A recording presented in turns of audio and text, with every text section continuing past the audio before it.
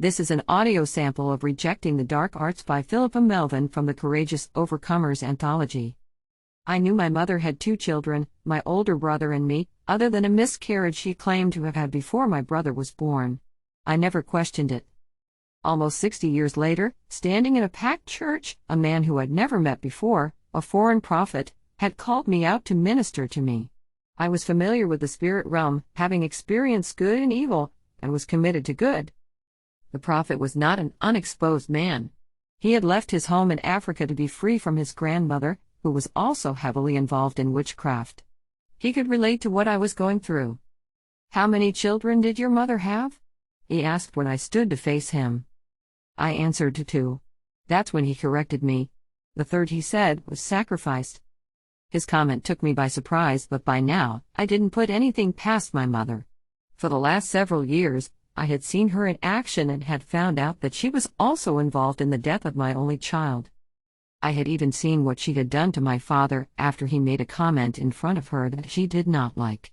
Daddy was okay 1 minute, and after she placed her pointed finger on his shoulder to reprimand him, he became extremely sick.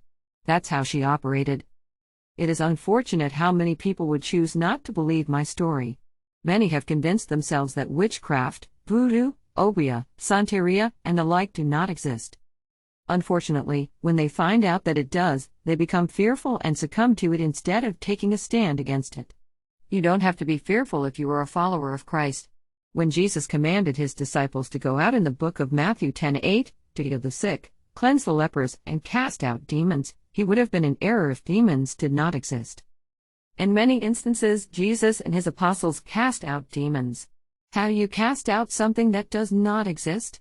Yet all over the world, what was considered an evil only found in Africa is prevalent in Haiti, Jamaica, Cuba, the Bahamas, Brazil, and America.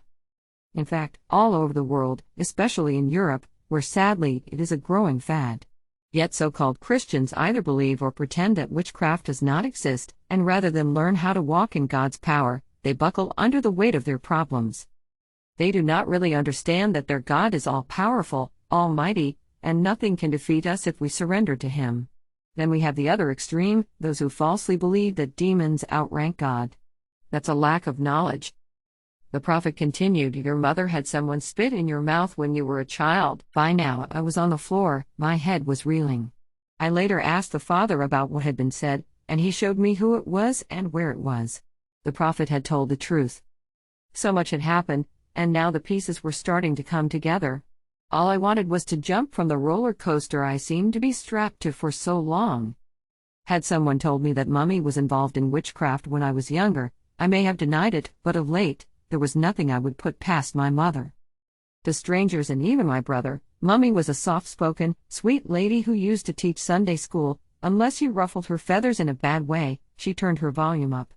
That volume wasn't just sound. It came with effects, deadly effects. Mummy had a long line of devilish people in her family. Her father was deeply involved in witchcraft along with his second wife, not Mummy's mother. She had passed away when Mummy was a teenager. Her grandfather, who was my great-grandfather, was a fisherman who hailed from Jamaica. Great-grandfather was a high-level warlock who migrated to Long Island, where he lived with his pregnant wife and son. Both father and son were killed in a storm at sea, leaving my great-grandmother to raise my grandfather. My grandfather, the pastor of a church, was said to have inducted all but 2 of his children into the occult. I did not see. For many years it seemed that just about everyone in my family knew the family's history and their evil shenanigans except me. I was raised in a home that was a marriage of convenience. As my father told the story, he and my mother lived across the street from each other when they were growing up. Many a night he would come home from work at sea with his father to see my mother on the front porch. She had been put out and made to sleep on the porch yet again.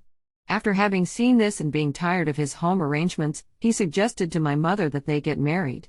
It was their way of escaping their parents' homes. There was no love between them. In fact, after marriage, they continued to live separate lives. He went his way, living a double life, and she went hers doing the same. Despite this, Mummy did her best to provide meals for Daddy. It was one area she was committed to, much to my annoyance at the time, as it often made us either late for church or unable to go. I had a deep love for the Lord despite my family's history. Mummy was the Sunday school teacher, and other than the general bickering between the two of them at times and my intense dislike for him, I thought our lives were normal. The unusual visitors. After my parents divorced, Mummy lived with me. Her bedroom was across the hall from my own. It seemed she didn't sleep at night. I could hear her talking to someone. When I asked her about it, she claimed people were coming into her room. At first, she claimed they walked around and searched through her clothing, but soon they were trying to force something in her mouth. Initially, she resisted, but eventually, she yielded to her dark visitors. Night after night, I could hear her chattering away and sometimes screaming. One day I told her we needed to get her help. We were Christians after all, and did not need to accept what was happening. Each time I suggested it, Mummy resisted. On the one hand, she would say yes, on the other hand, she wanted to know who was coming and when, but she would not be there. It seemed odd to me. I decided not to pursue it. This has been an audio sample from Courageous Overcomers Anthology. For more information on how you can secure your copy of this book, visit booksbybethel.com/courageous-overcomers.